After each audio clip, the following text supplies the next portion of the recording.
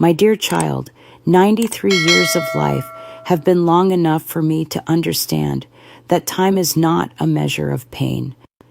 There are wounds that, even after nearly a century, still bleed as if they were fresh from yesterday.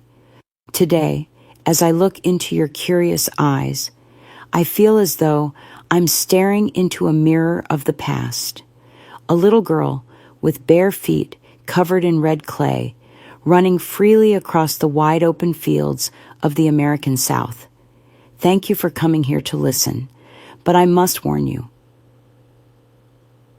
What I'm about to share is no bedtime fairy tale. This story will make your blood boil, maybe even turn your stomach. But don't get me wrong, times were different back then.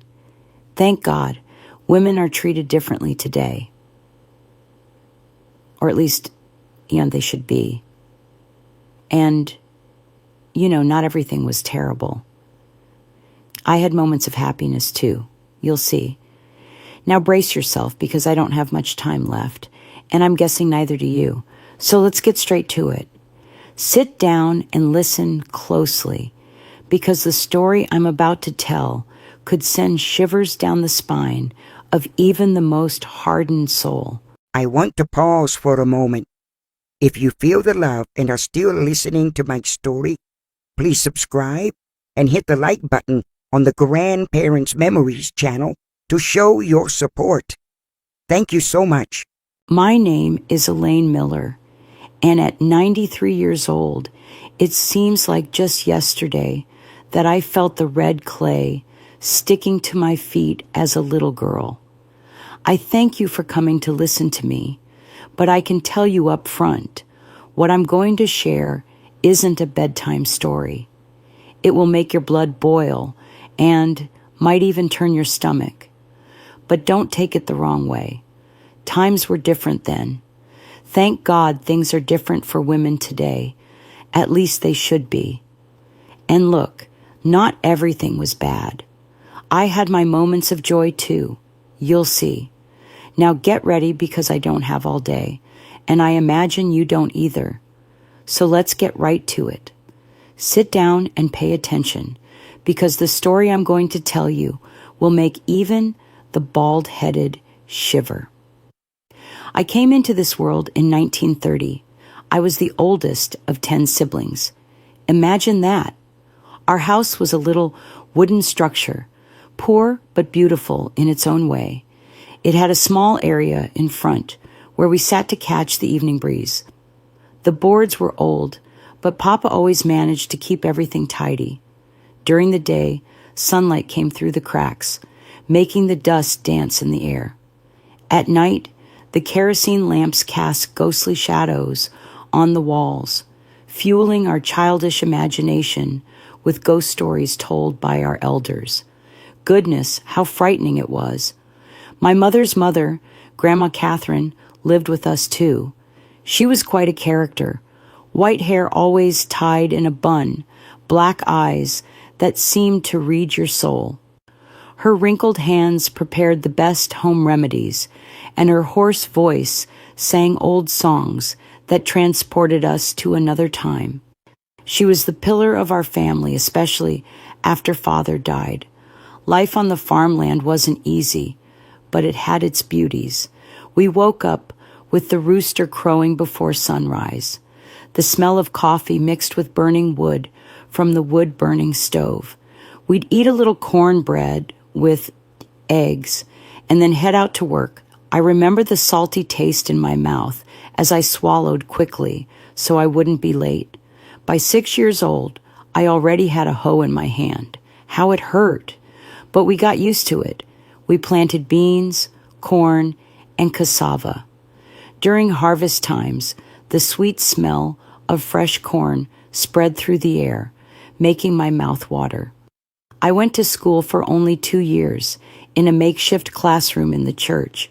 The teacher, Miss Samantha, was from the big city, come to civilize the country children.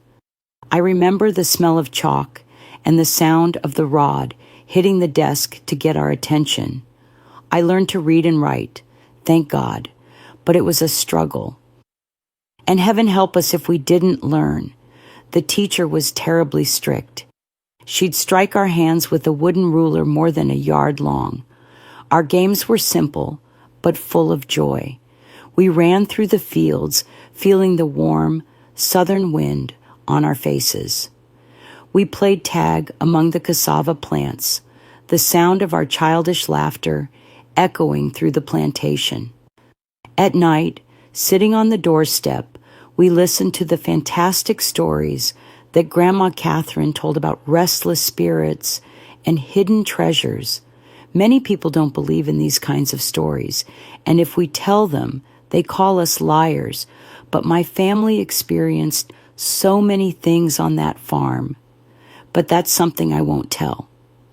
My grandmother was quite a character. White hair always tied in a bun, black eyes that seemed to read your soul. Her wrinkled hands prepared the best home remedies, and her hoarse voice sang old songs.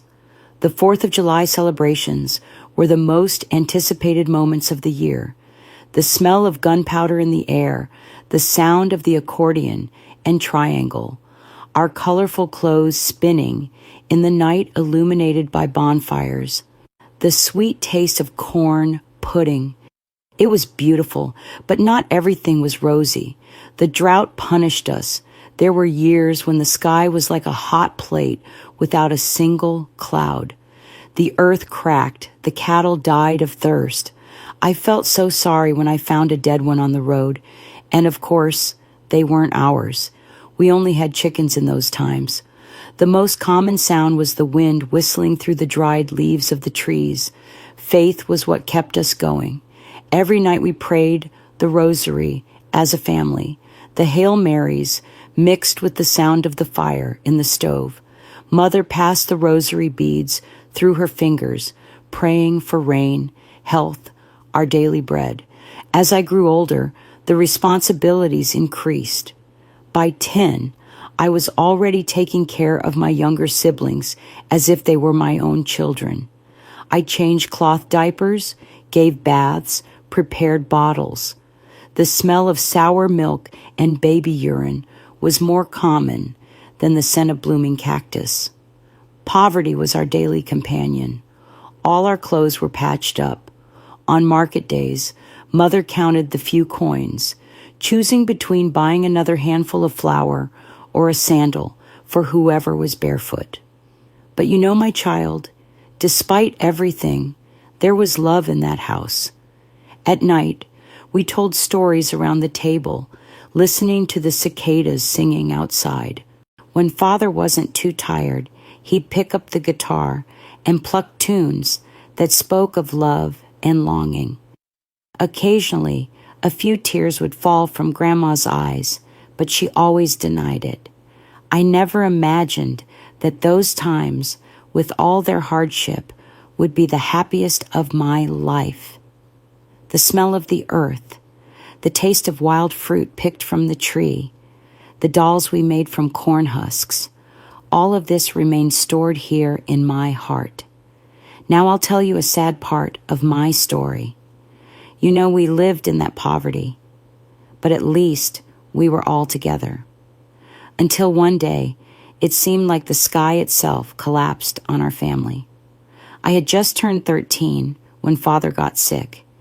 It started with a bad cough that wouldn't go away. We thought it was just a cold, but it kept getting worse and worse.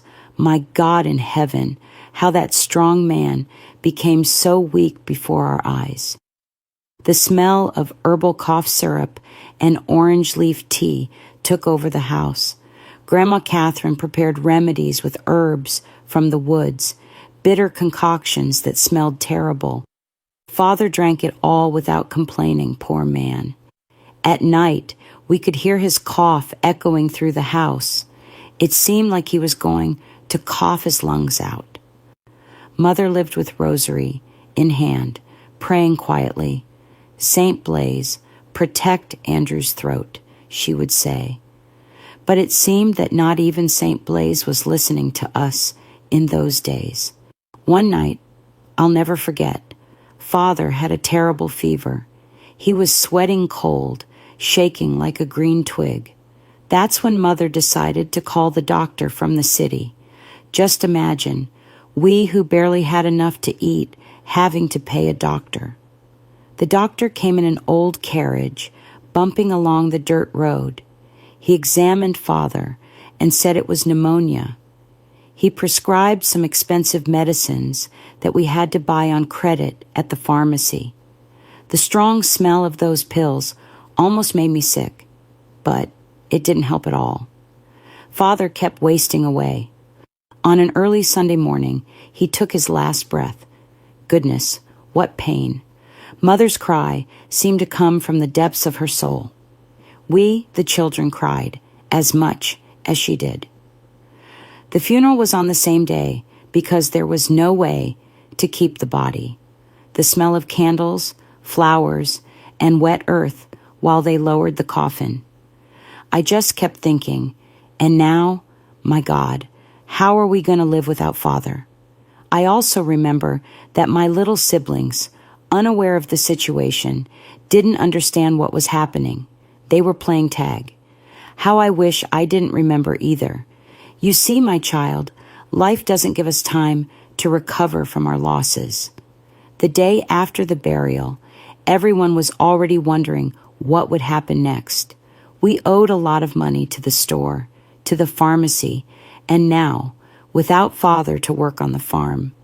Grandma Catherine, my maternal grandmother, had lived with us since I could remember. She was my mother, Catherine's mother, and after Father died, she took the reins of the family with an iron hand. Mother, poor thing, was like a lost soul around the house. The rosary never left her hand. She lived whispering prayers. I think she clung even more to religion to bear the pain. And my child, I had to grow up overnight. With 13 years on my back, I practically became the lady of the house. I took care of the younger siblings, cooked, cleaned everything.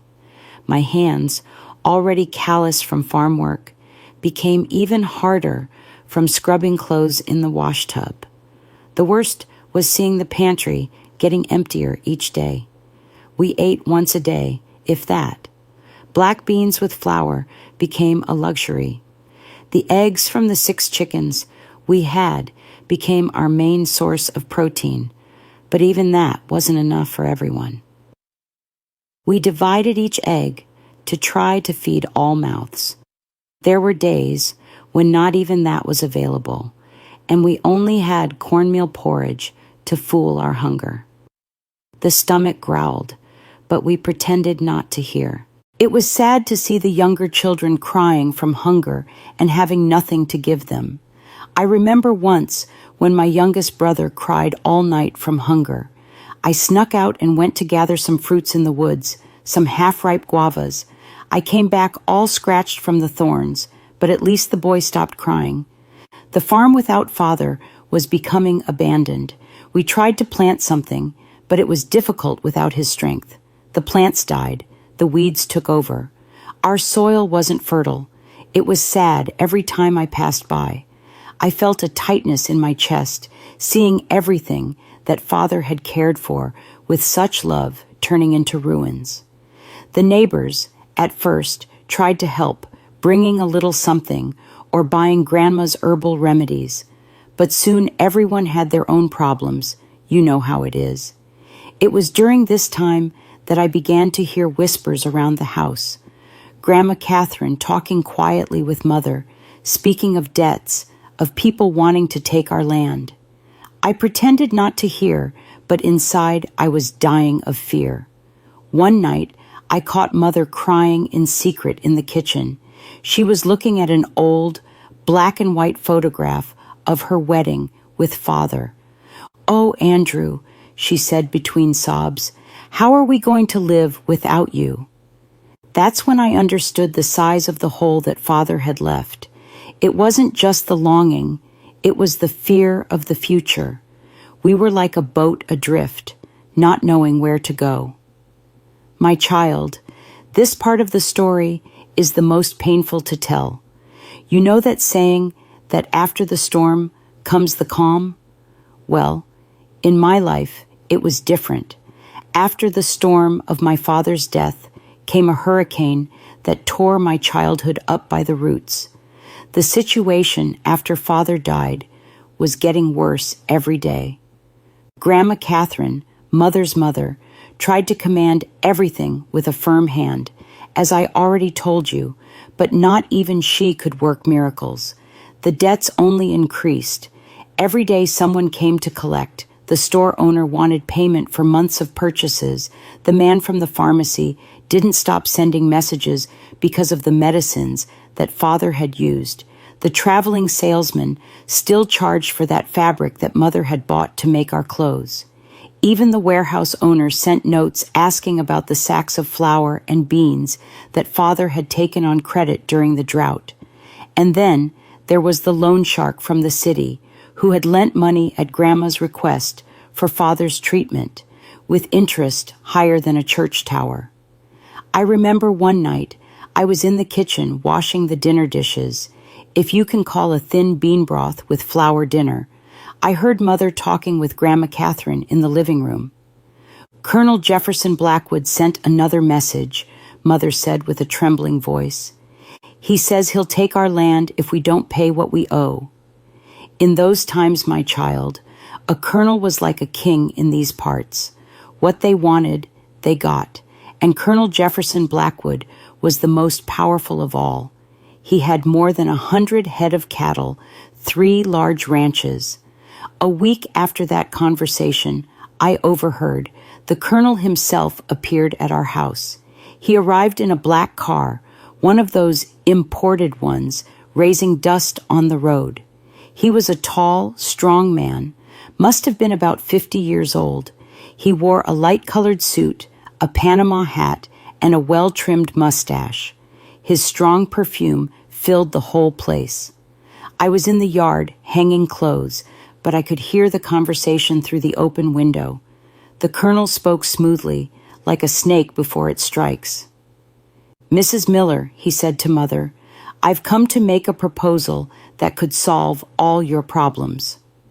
My heart froze when I heard the proposal. The colonel offered to pay all our debts, let us continue living on the land, and even give the family money every month. In exchange, he wanted to take my sister Daisy to be his wife. Holy Virgin, I'll never forget that scene. Mother started crying right away. Grandma Catherine, who had been quiet in a corner, stood up like a lioness. This girl is only 11 years old, man of God, she shouted. The colonel wasn't fazed. He smiled from the corner of his mouth and said, I looked at her and liked her. That's how it has to be. Mother and Grandma were shocked. No, they shouted together. Grandma Catherine, with a courage I had never seen before, planted herself in front of the colonel and said, Get out of here right now. The colonel, with an unfriendly face, replied, You have until the change of the moon to change your mind, or you'll all be out on the street. And off he went, cursing, This foolish pride will lead these fools to the gutter. After he left, the house fell into a heavy silence. Mother wouldn't stop crying. Grandma Catherine walked around the house like a restless soul, muttering and praying. My younger siblings didn't understand anything, but they felt that something bad was happening. It was then that I made the most difficult decision of my life. With my heart in my hand, I said, I'll go in Daisy's place. Everyone looked at me, shocked. I'm 14 years old. I'm older. It's better that I go than her. I'll never forgive myself if we end up in the gutter. Mother started crying even more. Grandma Catherine tried to convince me to change my mind, but I had already decided. If someone had to sacrifice themselves for the family, let it be me. One night, Mother called me to her room. She sat with me on the bed and took my hands. You understand that we have no choice, she said, with eyes red from so much crying. I understood then that I was being sold like a head of cattle. Grandma swallowed her pride and walked to the Colonel's ranch. He accepted the proposal without even meeting me. They gave me a week to prepare. Grandma Catherine filled a bundle with my clothes, the best I had, which weren't many. Mother sewed day and night to make me 2 new dresses. The neighbors, when they found out, came to bring little presents, a comb, a hair ribbon, a fragrant soap. The night before leaving, I couldn't sleep. I lay looking at the ceiling of my room, listening to the crickets singing outside, thinking about the life that awaited me. I was afraid, of course I was, but I also had a silly girl's curiosity, imagining what it would be like to live in a big house, wear pretty dresses, have food on the table every day. On the appointed day, the Colonel sent the car to pick me up. I'll never forget the scene. Mother kneeling in the yard, being supported by Grandma Catherine, my little siblings crying without really understanding what was happening. Before getting into the car, Grandma pulled me by the arm and put a black beaded rosary in my hand. "Keep it with you, my daughter," she whispered. "In the darkest hours, it will protect you. And never forget, not a day will pass that your mother and I won't pray for you." The driver threw my bundle in the trunk and opened the car door for me. When I sat on that leather seat, I felt such a tightness in my chest that I thought I was going to die. The car started moving, and I kept looking through the window at my family getting smaller and smaller until they disappeared in the dust of the road. And that's how I was sold to Colonel Jefferson Blackwood, exchanged for debts and promises. It was the end of my childhood and the beginning of a life that I couldn't even imagine what it would be like. My child, let me tell you what it was like arriving at that big house. It was as if I had entered another world, a world that I had only seen in dreams or in the stories that the teacher told at school. It was land that seemed endless. The car stopped in front of an iron gate. All worked. When it opened, I saw a white stone road that led to the house. On each side was a garden so beautiful it looked like something from a painting. Red roses, white jasmines, and colorful flowers I didn't even know the names of. The house, goodness gracious, was a mansion with 2 floors, all white with blue windows, and a porch that went all the way around. It looked like those palaces from fairy tales. When I got out of the car, my legs were shaking so much I thought I would fall. The Colonel came to receive me at the door. "Welcome to your new home, Elaine," he said, with that smile that gave me chills. I remember thinking, I think he liked me. I entered, stepping carefully on the polished hardwood floor, so waxed it reflected. The smell of beeswax was strong. In the entrance hall, I stood open-mouthed. There was dark wood furniture, all carved, curtains made of such fine fabric they seemed made of clouds, and a crystal chandelier hanging from the ceiling that shone as if it had stars inside. It was then that I saw them, the other wives. There were 10 women in total. I was the 10th. The Colonel had recently sent one of his older wives away to another property, which is why Mrs. Louise would later count 11 wives when speaking to my grandmother, all young and beautiful, dressed in fine clothes I had never seen the like of. They wore brooches and ornaments in their hair. I was enchanted. The Colonel told me the name of each one. There were 3 with the same name, Maria, so he said he called them by flower names so they wouldn't get confused. They looked at me with a mixture of curiosity and pity. I discovered later that the youngest of them was 16 years old, and the oldest, who was called Josephine, was 21. Among them, I noticed 3 with apparent pregnancy bellies, their elegant dresses barely hiding their rounded forms. While I was absorbing the shock of seeing so many young wives, I heard laughter and happy shouts coming from the back garden. Looking through the window, I saw something that took me by surprise. Children. There were more than 10 of them, of various ages, running and playing among the colorful flowers. The boys in short pants and white shirts chased each other, while the girls in delicate dresses with puffed sleeves jumped rope or played with dolls so beautiful I had never seen that type. For a moment, the scene seemed almost normal, as if that were a common family. But then I noticed a severe governess watching the children closely, and the illusion broke. Those were the colonel's children, fruits of his various wives, living a life of apparent luxury, but trapped in the same gilded cage as their mothers. Josephine approached me. She was a very tall girl with black hair and green eyes. She spoke with a gentle voice. "Welcome, Elaine. I'll show you everything around here." The colonel gave a little pat on my back and said, "Go with her. We'll talk later." As Josephine showed me the house, I stood open-mouthed at everything. Each room we entered was bigger and more beautiful than the last.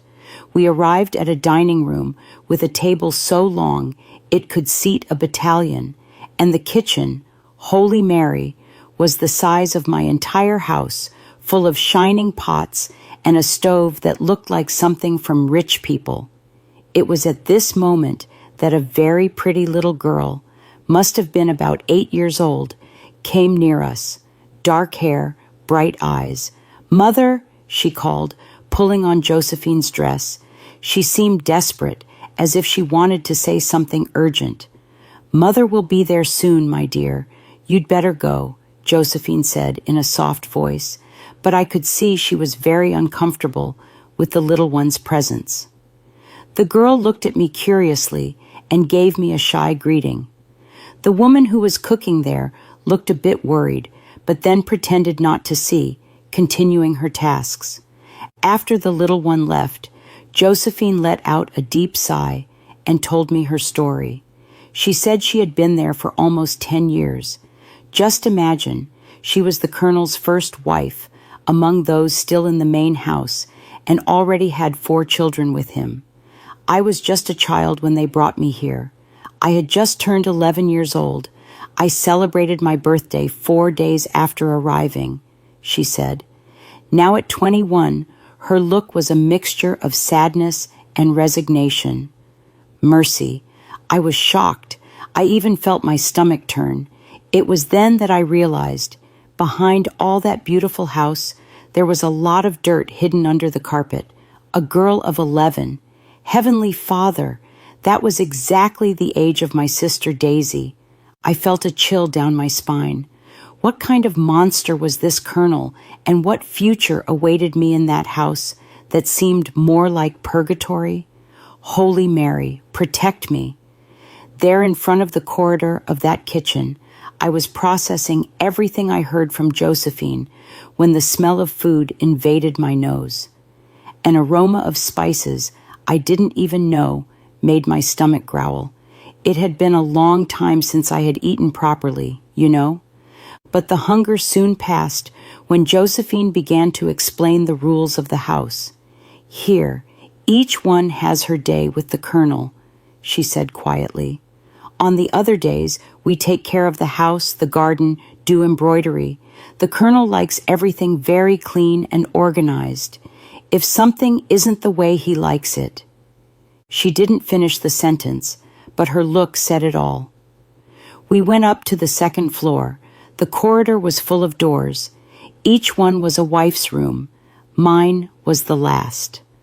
When Josephine opened the door, I thought she had taken me to the wrong place. It was so big, with a bed covered with soft sheets, a huge wardrobe, and even a dressing table with a mirror. "Your new clothes are there." Josephine pointed to the wardrobe. "The colonel likes us to dress well. Come, I'll help you get ready." Josephine helped me take a quick bath with soaps that smelled of flowers I didn't even know. I liked it. I had never bathed in a warm shower. At home, we didn't have one. It was a basin bath, and with cold water at that. Afterward, She dressed me in a silk nightgown, so fine it seemed like I was naked. She combed my hair and even put a little powder on my face to disguise the fear, she said quietly. My heart was beating so hard in my chest that I thought I would faint right there. Josephine took me to the door of the colonel's room. "Be obedient," she whispered before leaving me alone. When I entered, the strong smell of the colonel's perfume almost suffocated me. He was sitting in a large armchair, looking at me in a way that gave me chills. "Come here, my new little flower," he said, with that smooth voice that hid so much evil. "What happened next, my child? I don't even know how to tell. It pains me just to remember. I was an innocent girl. I didn't know anything about those things. In my house, we barely saw affection between father and mother. At most, a respectful kiss on the forehead. But what the colonel did, my God in heaven, he didn't have a bit of consideration. My fear, my tears, my cries muffled in the pillow, none of that mattered to him. I felt like a slaughtered animal. The pain, the shame, the disgust with myself, all mixed in an agony that seemed to have no end. In the eyes of that monster, I wasn't a person. I was just another property of his, like the cattle in the pasture or the furniture in the house. He had bought me and was going to use me however he pleased. I remember he told me, "Relax, that way it will hurt less." It hurt a lot, not just in the body, but in the soul too. I felt that I was losing more than just my innocence. It was as if a piece of me had died there in that bed. After it was over, the colonel simply turned to the side and fell asleep, snoring loudly like a pig. I stayed there, curled up, crying quietly, afraid to wake him. I wanted my mother, my grandmother. I wanted to go back to my little wooden house, to my simple life. I would rather change 1,000 dirty diapers than be there at that moment. You know, my child, despite everything that had happened to me, my body still screamed its needs. My stomach was so empty it hurt, a deep hole in my stomach. But the fear was greater than any hunger. I stayed there in that bed, stiff as a board, afraid to even breathe too loudly and wake that monster. When I thought enough time had passed, I tried to get up quietly, praying softly to be able to get out of there. But it was as if the devil had heard my prayers before God and decided to laugh at me. The colonel suddenly opened his eyes, looking at me with that animalistic hunger. "Where do you think you're going, my little flower?" he growled, pulling me back to the bed. And the nightmare started again. It was worse than the first time, if that's possible. He seemed to want to mark every little piece of my body, of my soul, as his property. When it finally ended, he fell into a heavy sleep, snoring again. As soon as the first rays of sun began to enter through the cracks in the window, I left that room.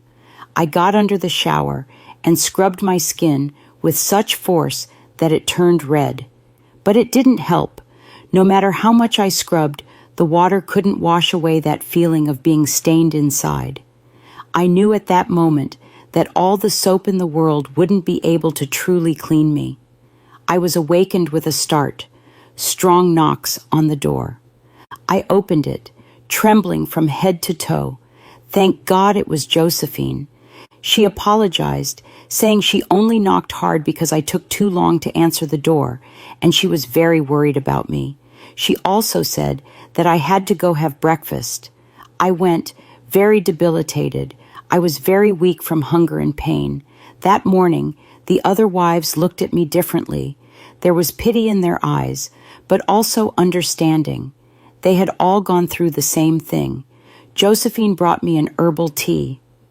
"It will help with the pain," she said, squeezing my hand lightly. "My child, there are things in this life that we would prefer to forget, but they remain marked on the soul like a branding iron. What I lived in that colonel's house is one of those things. I was gradually discovering the routine of that house, and it was more disturbing than my worst nightmares. I was the newest there, both in terms of time in the house and in age. I was always the most requested by the colonel. He called me his freshest flower, words that made me nauseous just to hear. Each time one of the employees came to get me, saying that the colonel wanted to see me, I felt my stomach turn as if I had swallowed a frog. His room was a place that gave me nightmares. It smelled of a mixture of expensive perfume, old sweat, cigar, and drink. The curtains always closed left everything in a gloom that seemed to swallow you. And there he was, sitting in that leather armchair, looking at me like a hungry wolf. When he kissed me, the strong taste of tobacco invaded my mouth. It was a bitter taste that stayed for days. Not even brushing my teeth 1,000 times would make it go away. The colonel didn't have a bit of kindness in that body. He didn't care about my fear, about my silent tears that wet the pillow. For him, I was just another thing he had bought. He used my body as he wanted, without caring if he was hurting me or not. But the worst nights, Ave Maria, were when he decided to vary the menu, as he said, with that disgusting smile. From time to time, the colonel chose more than one wife to keep him company. On those nights, the terror was doubled. He made us get ready, put on those fine dresses that showed more than they hid. Then he made us drink moonshine, that really strong kind that he kept in a crystal bottle. It's to warm the blood, make you more lively, he would say, laughing at our looks of disgust. The moonshine went down burning, made the head dizzy and the stomach queasy, but we had to drink or the punishment would be worse. I saw more than one girl get beaten with a belt for refusing to drink or for vomiting afterward. I remember one night when he called me along with Josephine. She had been there longer, knew how things worked. She looked at me with a mixture of pity and resignation while we drank the moonshine that the colonel served. "Now, my dolls, let's have fun," he said, his eyes shining in a way that froze my soul. He made us do things to each other, things I didn't even know existed, and he stayed there watching, laughing, giving orders. Then he would join in. It was as if we were puppets in his hands, without our own will. The worst was afterward. The shame, the self-disgust, the guilt. Even knowing that we had no choice, that it was all forced under the colonel's threat to order his men to kill our families. Josephine hugged me afterward, crying quietly. "One day this will end, girl," she whispered. But I saw in her eyes that not even she believed it. The next morning, it was difficult to look at each other. All of us there had already gone through this. It was as if there was a silent agreement among us to console without saying anything. And it wasn't just that. The colonel liked to humiliate us in other ways too. Sometimes he made us walk without clothes around the house in front of the employees. Other times, he forced us to serve him and his friends during parties wearing clothes that were more like rags. They were so short and low cut. It was a shame without measure, my child. We felt less than human. The colonel loved to show us off to others as if we were his trophies. At parties, he would boast to his colonel friends, "Look at the beauties I have here," he would say, running his hand over us as if we were racehorses. But one thing he didn't allow: no one could touch us. It was as if we were objects too expensive for others to handle, only he could use. You must be wondering, and the children? How were they in the middle of all this? This must be a lie from this old liar. Well, my child, the children, that was another torment for us. The colonel didn't want to see or hear children around the house. He said they interfered with his business and his pleasures, so he had a separate area built, far from the main house. It was like a different world. That's where all the children stayed, from the little babies to the older ones. The women who were pregnant stayed there too. There were 3 ladies who took care of them. They were women trusted by the colonel, hand-picked. They didn't let anything pass. The children were forbidden to leave there and walk around the property after 8 at night. The colonel said he didn't want kids wandering around the house when he was with his visitors. It broke the heart. The mothers could only see their children at scheduled times, always watched. There was a mother who tried to break this rule, escape at night to see her child. But when the colonel found out, Ave Maria, the punishment was so great that no one dared try again. The poor thing was bedridden for days, all hurt. That was life in that house, a hell for adults and an uncertain future for the children. Everything controlled by the will of that demon in the form of a man who thought he owned not just the land, but the lives of everyone there. Colonel Jefferson Blackwood wasn't just any man. He came from a lineage of colonels that extended for generations. His grandfather had already commanded those lands since the times of the empire, and his father had only increased the family's power. Jefferson grew up believing that the world was his by right, that people were like cattle, property to be used and discarded according to his will. He was a tall, strong man, always in an impeccable white suit and Panama hat. His eyes were as cold as a snake's, and when he smiled, it gave you chills. He was approaching 60 years old, but had the strength of a bull. They said in the region that he had a pact with the devil. He was so cruel. Colonel Jefferson knew no law. For him, the law was what he said it was.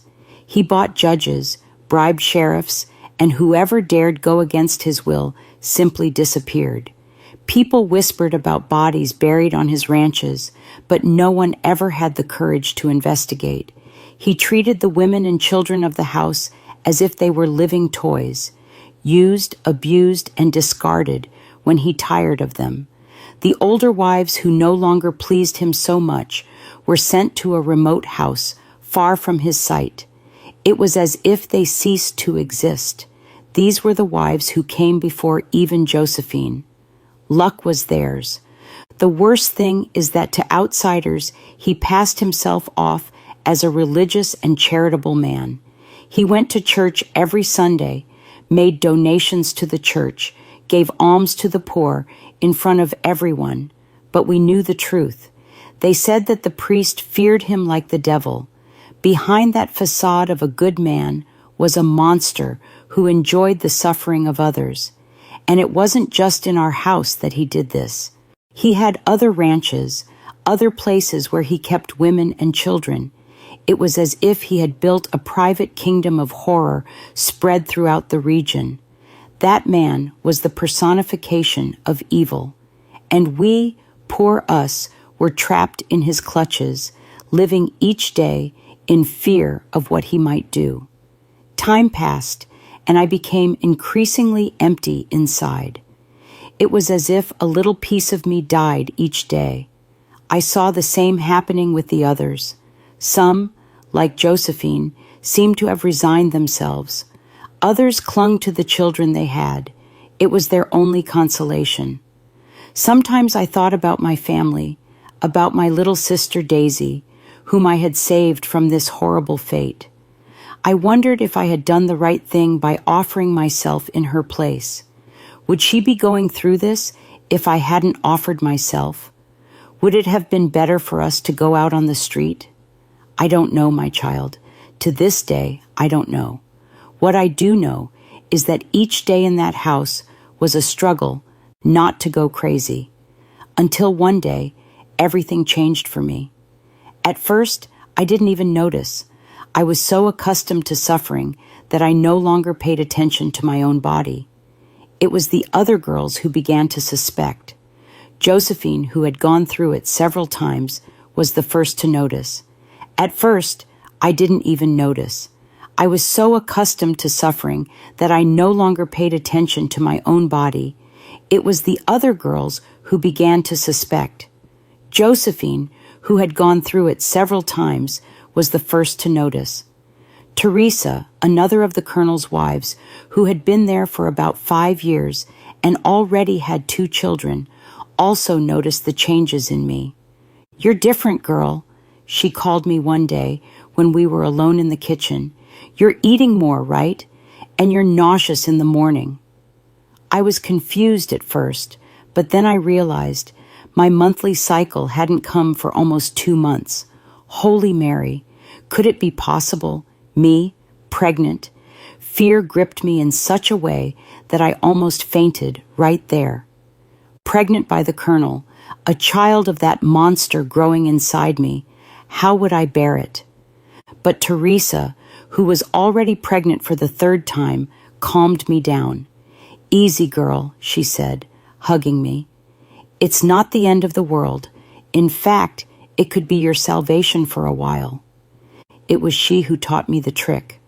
When the colonel calls you, just pretend you're feeling sick. He doesn't like pregnant, nauseous women around.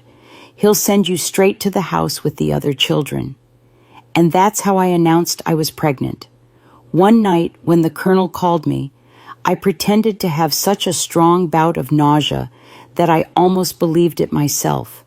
The colonel made a face of disgust and sent me away. "Go to the children's house, Egg," he growled. "I don't want a sick woman near me." Suddenly, I had protection. The pregnant wives were the only ones spared from those horrible nights. It was as if the colonel had a bit of consideration for the children who were going to be born. Or maybe he just really didn't like pregnant women. That's how I ended up at the children's house. And my child, what a surprise I had.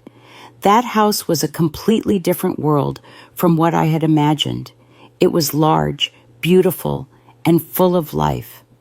The walls were painted in cheerful colors. There were toys scattered everywhere, and the sound of children's laughter filled the air. There lived the colonel's 16 children. 16. I could hardly believe it. There were children of all sizes, quite a few babies, and it wasn't just me who was there. Teresa and Maria were also pregnant. Maria, poor thing, was about to give birth, her belly so big she could barely walk. 4 ladies took care of everything there. I confess that I had a very wrong idea about them before. I thought they were rigorous, heartless hags, but the truth was quite different. I soon discovered that they worked there based on fear and necessity.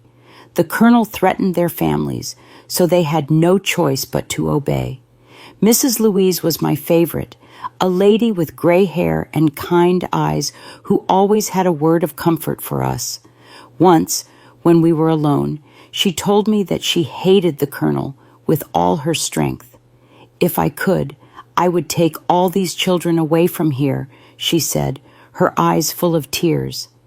And she also said that whenever he or his men were around, she put on a stern face and scolded the children, trying to show that she was severe. During the day, I helped take care of the children, and what a surprise, my child. Those children were sweethearts, all beautiful and healthy, full of energy and curiosity. They ran, played, laughed all the time. But there were 2 things that broke my heart in that children's house. The first was seeing how pregnancy affected each of us differently. Teresa, poor thing, kept saying that she liked being pregnant, not for the pregnancy itself, but because it was the only way she could spend more time with her other 2 children. "It's the only time I can be a real mother," she would say, caressing her belly while watching the children play. As for me and Maria, we were sad for another reason. We knew that we would only stay there until the baby stopped breastfeeding. After that, we would have to return to the big house and schedule 1 day a week to spend with the children, if that. The worst was the visitation system that the colonel had established. He allowed only one of us to visit the children per day and only once a week. But since there were 10 girls in the house, this meant that each of us could only see our children once every 2 weeks, at best. But it wasn't always that frequent. Sometimes, on the Colonel's whim, or because one of us was being punished, the visits were canceled. Pregnant for the first time, I observed this with a heavy heart, knowing that this would be my future too. I saw the desperation in the eyes of the other mothers, counting the days until the next visit. Josephine told me once that she went almost a month without being able to see her children. A whole month. When her day finally came, she could hardly sleep from anxiety the night before. And the saddest thing was seeing how this time apart affected the younger children. Teresa told me that once, after weeks without seeing her youngest son, the boy cried in her arms, wanting to return to Mrs. Louise's arms. She said it was like having a knife stuck in her chest. Sometimes the children escaped and managed to see their mothers in the big house. It was quick and hidden, of course. Seeing all this, I was afraid of what awaited me after my baby was born. This cruel system made all of us live in constant anguish. And I told you there were 2 sad things there, right? Now I'll tell you the other sad thing, my child. It was seeing how the Colonel treated those children, or rather, how he didn't treat them. The innocent children kept asking about their father. "Where's Daddy?"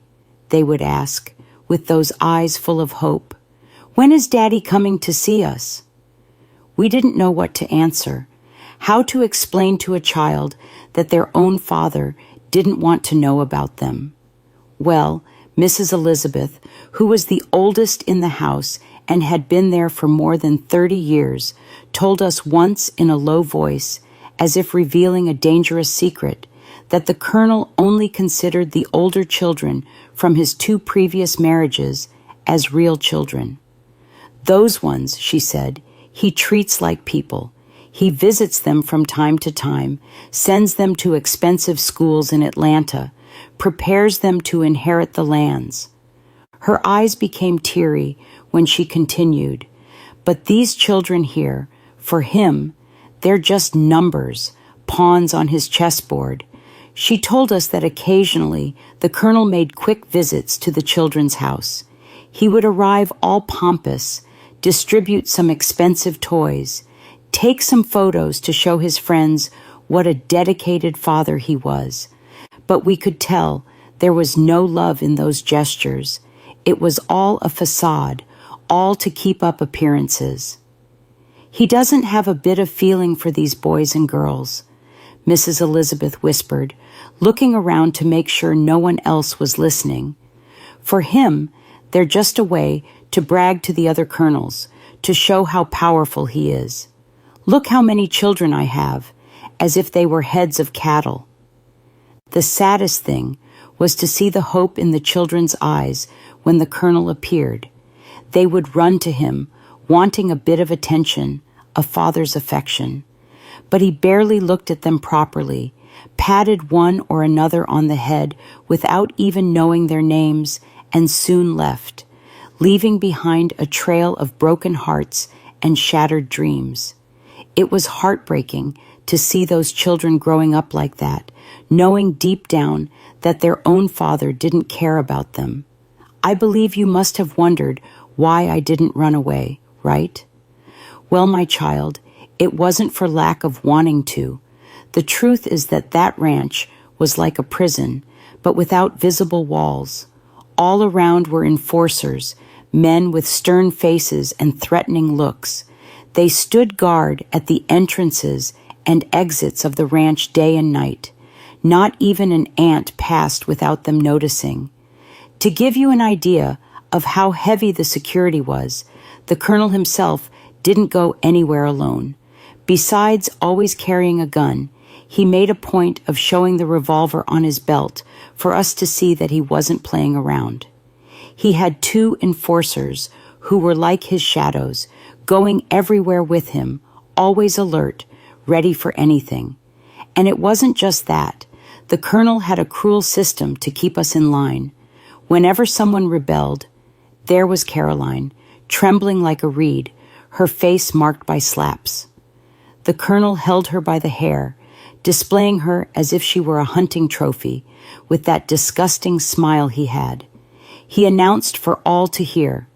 I made a point of sending my men to pay a visit to Caroline's parents, just to remind them how important it is that she stays here with us. At that moment, I felt my heart shatter. I liked Caroline a lot, you know. We had created a special friendship, perhaps because of a curious coincidence that we discovered while talking. You see, Caroline had the same name as one of my friends from back home. And even funnier, she always told me that I carried the name of her mother, Mrs. Elaine. It was quite a coincidence, wasn't it? Sometimes we would imagine what it would be like if we had met under other circumstances, far from that hell. Would we have been friends? Did our mothers know each other? It was a silly game we played to try to forget, if only for a moment, the cruel reality in which we lived. Seeing Caroline in that situation, humiliated in front of everyone, knowing that her family had been threatened, was one of the most difficult moments I experienced there. That day, I felt that a part of my hope died. If not even Caroline, who was so brave, had managed to escape, what chance would we have? Another day, the colonel's enforcer brought a brown handkerchief full of blood. Caroline identified it as her mother's. So sad. After that day, Caroline was never the same. The light in her eyes went out, as if they had stolen her soul. And I learned in the worst possible way that dreaming of freedom on that ranch could cost very dearly, not just for us, but for those we loved outside. Sometimes we would take the children to play near the big house. I took advantage of these opportunities to talk quickly with some of the other girls, and nothing had changed over there. The hell continued the same while we lived in that bubble of protection that we had in our wombs. One day, Josephine came to call us, me, Teresa, and Maria. She said a new girl was about to arrive. My heart tightened immediately. Another girl for the colonel to mistreat. We all got ready and went there to await her arrival. You know something I noticed? Josephine was a bit restless. She didn't want to talk much with me, as she always did. I imagined it was because of the disappointment of another girl arriving. While we waited, I couldn't stop thinking about what this girl would be like. Would she know what she was getting into? Had she done like me, offered herself in place of someone in the family? The wait seemed endless. We sat there in the living room of the big house without saying anything. Only the sound of our sighs broke the silence. I could see the fear in the eyes of the others, fear of remembering their own arrival, fear of what that poor girl was going to go through. Finally, we heard the sound of a car approaching. My heart raced. The door opened, and there she was. My God in heaven, my child. When I saw who it was, I felt as if the ground had disappeared from under my feet. It was Daisy, my little sister. That girl I had left at home almost a year ago was now standing there at the door with eyes wide with fear. Daisy had grown, but she was still a child. She was 11 years old and was already there in that hell. She saw me and ran to hug me. "Elaine!" she screamed, throwing herself into my arms. I hugged her tightly, feeling the tears streaming down my face, shocked. The colonel entered right behind her with that disgusting smile on his face. "Surprise, Elaine," he said. "I thought you'd like to have your little sister nearby." At that moment, it was as if an explosion happened inside me. All the fear I had felt of him turned into a blind rage. Without thinking twice, I let go of Daisy and slapped him with all my strength in the face. "You monster!" I screamed. "Leave my sister alone." The smile disappeared from his face. His eyes became as cold as a snake about to strike. In a quick movement, he hit me with a slap so hard I saw stars. I tasted blood in my mouth and then darkness. When I woke up, I was in the children's house, lying on a bed. Mrs. Julia was beside me, passing a wet cloth on my forehead. "Easy, girl," she whispered when I tried to get up. "You need to rest. Think of the baby." My head was throbbing, and my face hurt so much I could barely speak, but I could only think of Daisy. "My sister," I murmured. "She's in the big house," Mrs. Julia responded with sadness in her voice. "We can't do anything now. You need to recover first." I closed my eyes and cried, feeling more powerless than ever. I had tried to protect my sister and failed. Now she was in the clutches of that monster, and I couldn't even be near her. In the days that followed, I was in agony without end. I couldn't leave the children's house because of the pregnancy, and I had no news of Daisy. I was so nervous that I had very strong cramps. I couldn't get up properly. I was so afraid of losing the baby. I had a lot of bleeding. I imagined what she might be going through, what the colonel might be doing to her. Every minute was torture. I wanted to kill that cursed man with my own hands. Finally, after almost a week, I managed to see my sister. She came to visit the children's house, accompanied by Adelaide. It was her day to see her daughter. When I saw her, my heart tightened. Daisy seemed to have aged years in just a few days. Her eyes, once so lively and bright, were now opaque, vacant. "Daisy," I called softly, approaching her. She looked at me and tried to smile, but it was a sad, broken smile. "Hi, Elaine," she replied, her voice almost a whisper. We hugged, and I felt her tremble in my arms. I could feel her little heart beating so fast. "I'm sorry," I said, crying. "I tried to protect you. I swear I tried." Daisy pulled away a little and looked me in the eyes. "It's not your fault, Elaine," she said. "Mother and Grandma tried to hide me, but the colonel sent his men. They threatened to kill everyone if I didn't come." I was horrified. "And how are Mother, Grandma, the children?" I asked, fearing the answer. "Mother is devastated. She wouldn't stop crying," Daisy responded with a choked voice. "Grandma Catherine, she tried to defend me. The enforcer pushed her with such force that she fell and broke her arm.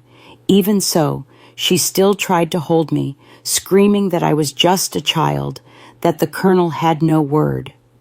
I felt such great rage that I thought I would explode. That monster had destroyed my family. First, he took me. Now he had dragged my little sister into the same hell I lived in.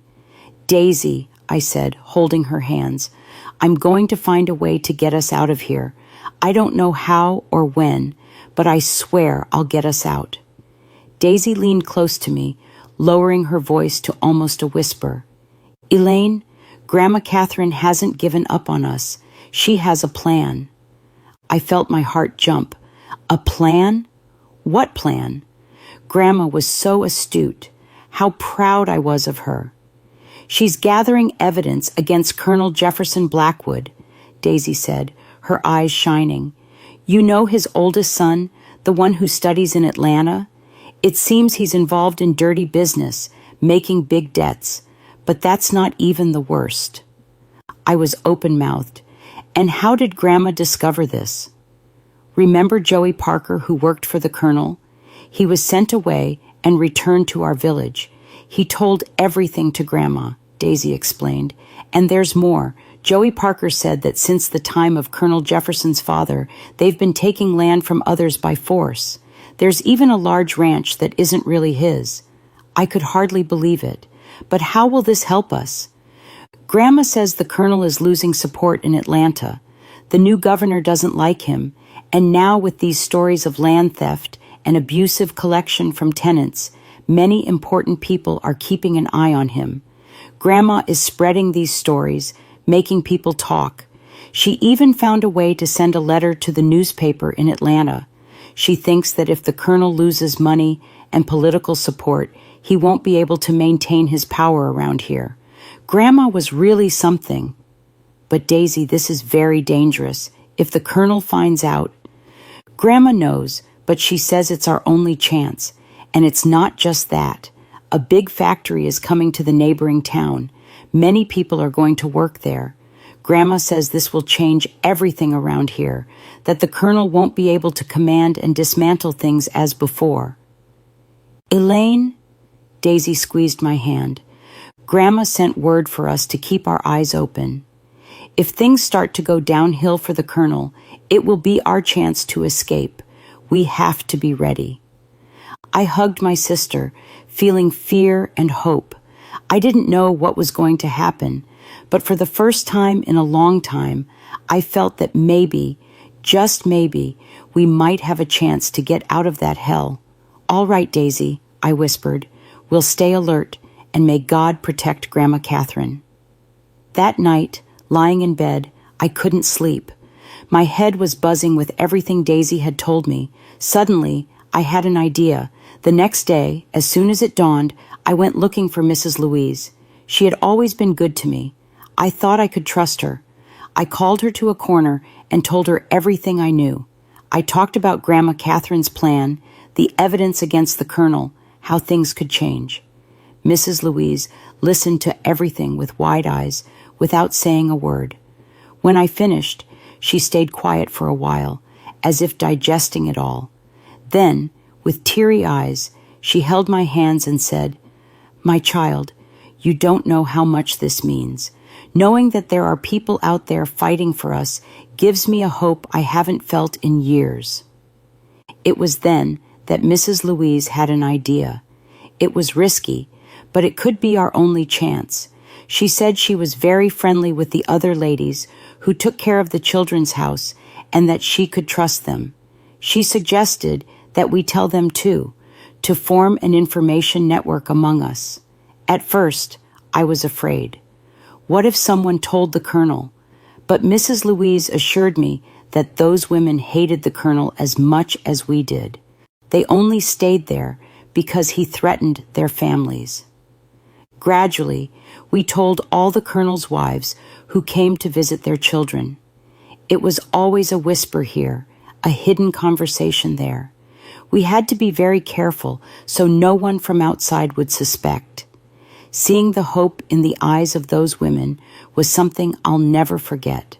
Some cried with joy, just knowing that someone was fighting for them out there. Others were afraid, but even so, they wanted to help. Grandma Catherine was becoming a heroine without even knowing it. The plan was simple. We passed information to each other. Any news about the colonel, any change we noticed, everything was shared. The 3 ladies who worked in the children's house had 2 days off per month. They could go to their homes to see their families and would be absent for 2 days. That's when I had another idea. I gave my address to Mrs. Louise and asked her to look for my grandmother on her next day off.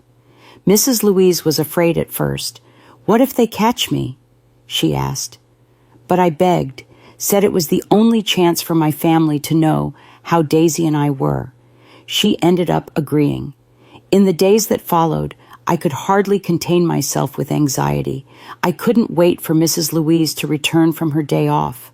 My heart was racing, waiting for news, until finally she appeared, and as soon as she had the opportunity, she called me to a corner. "Elaine," she said with a smile on her face, "I went.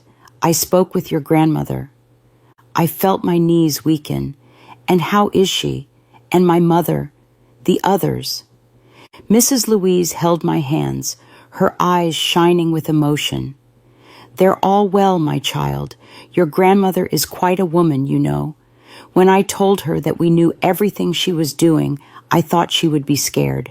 But no, she was happy to know that we had united. She said she would fight until her last breath to get you and your sister out of here. She paused, as if choosing her words. My child, I didn't have the courage to speak, you know, about what the Colonel does here with you and the other wives. I thought that subject is yours. You decide if you want them to know or not. I felt a lump in my throat, but I understood. She was right. Some things were too heavy to tell, at least for now. Mrs. Louise continued, her voice lower now. But I said that you're pregnant and that the Colonel has 11 wives here on the ranch. Holy Mary, your mother and your grandmother were furious. I thought they were going to get the first horse and come here to kill him with their own hands. And there's more, Elaine. Your grandmother told me that it won't be more than a month before the Colonel falls. She couldn't give me details, said it was dangerous, but she said for us to have patience, that freedom is coming. I felt my heart accelerate. A month, so much time and so little at the same time. And now, Mrs. Louise? I asked, my voice trembling. What do we do now? My child, she replied, with a determined look, we wait and prepare, because when the time comes, we have to be ready to run from here as fast as possible. Mrs. Louise had so much news. I was very anxious to know everything. She continued saying, Elaine, my husband John, he said he'll help too. And my 2 older sons, Peter and Anthony, they're also willing to do whatever is necessary. Then she took from her pocket a small rosary with blue beads. I recognized it immediately. It was the rosary that my mother used every day to pray. She extended her hand and said when I calmed down, Your grandmother sent this to you. She said, it's for you to have strength. Mrs. Louise explained. She said that every night at 9 o'clock she'll be praying this same rosary. You should pray along, even from a distance. I held that rosary against my chest as if it were the most precious treasure in the world. And it was indeed. It was a little piece of my family, a reminder that Daisy and I, and even the baby I carried in my womb, were not alone.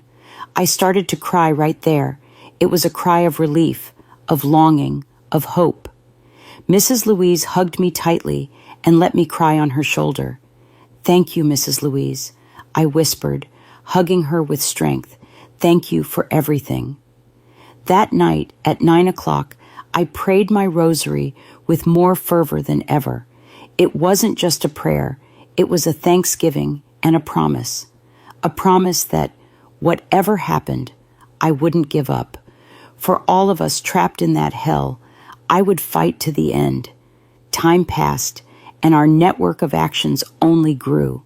We knew everything that happened on the ranch, when the Colonel left, when he returned, who came to visit. That's how we found out that the Colonel's oldest son had gotten into big trouble in Atlanta. It seems he had made some gambling debts and now owed dangerous people. We also learned that one of the oldest enforcers on the ranch had been arrested in the city.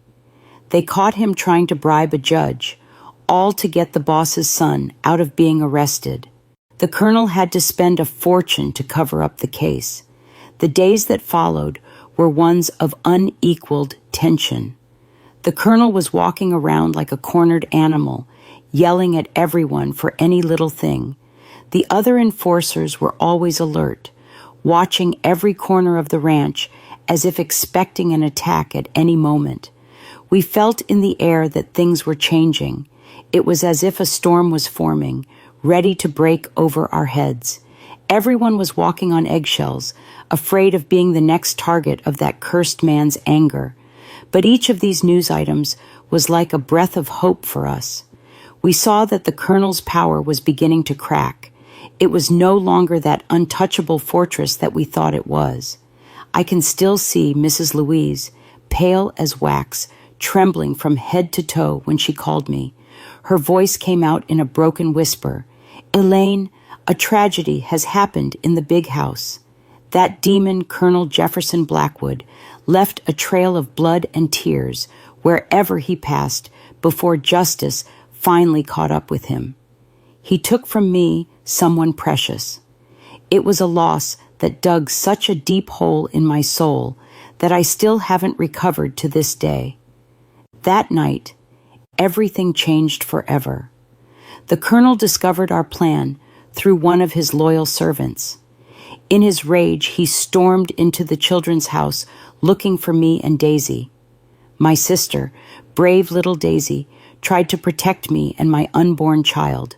She stood between me and the colonel as he pointed his gun at us. The shot still echoes in my nightmares.